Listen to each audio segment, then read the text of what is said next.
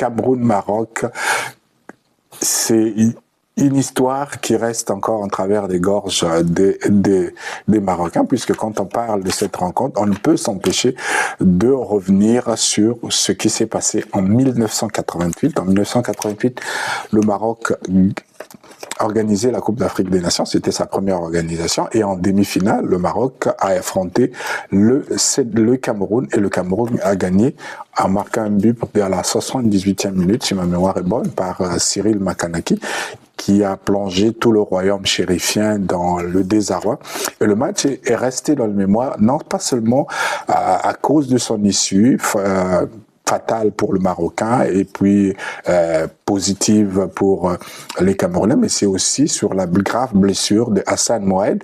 Le joueur marocain avait été percuté avait reçu un coup de tête de la part de deux défenseurs camerounais, André Kanabiyik, et il était sorti à la 9e minute sur civière.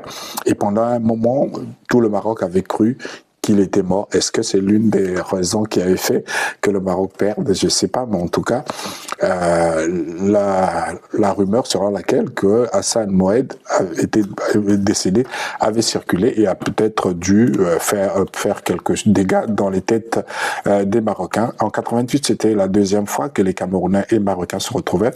La première fois, c'était 2 ans plus tôt, en 86, et c'était soldé par un match nul. Donc ce soir, ou plutôt vendredi soir, ça sera la 3e fois que le Cameroun et le Maroc se retrouvent en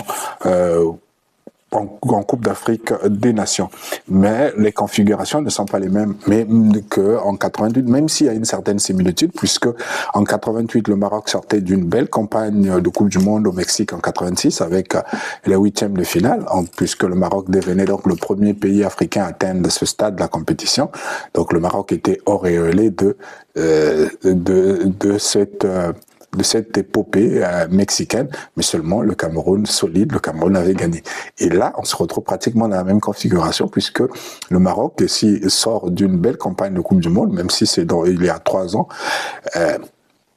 il y a pratiquement 4 ans, oui, puisque la prochaine Coupe du Monde, c'est dans quelques mois, en devenant le premier pays africain à atteindre les demi-finales de la Coupe du Monde, mais en 88, 2 ans plus tard, le Cameroun allait devenir le premier pays africain à atteindre les quarts de finale.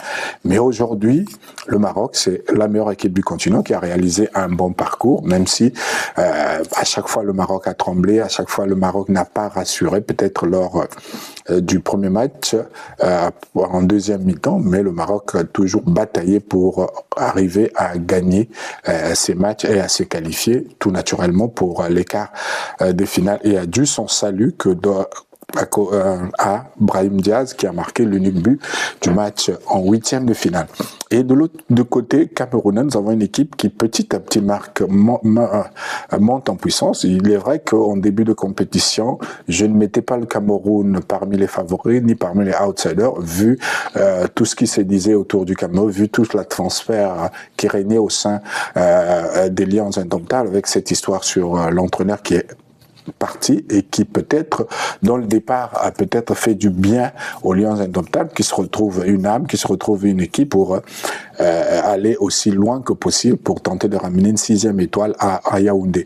Donc le Cameroun monte en puissance et on l'a vu lors du match contre l'Afrique du Sud, une équipe solide qui a su faire le dos rond et piquer au bon moment et a gagné le match, même si les Sud-Africains ont poussé le Cameroun. Donc est une équipe solide, on retrouve les valeurs qui font le football camerounais: solidité, détermination mentale et surtout efficacité. Donc les Marocains doivent faire très très attention face au Cameroun. Et le Cameroun, dans l'histoire de la CAN, a toujours réussi. Je sais pas, ça démontre sûrement les qualités mentales extraordinaires de cette équipe. C'est que le Cameroun, chaque fois qu'il joue contre un pays organisateur, arrive toujours à s'en sortir, arrive toujours à gagner. On a vu donc en 88 face au Maroc, on a vu en 2000 en finale face au Mexique, face au Nigeria à Lagos en gagnant, et on a vu également en 2008 au Ghana en demi-finale face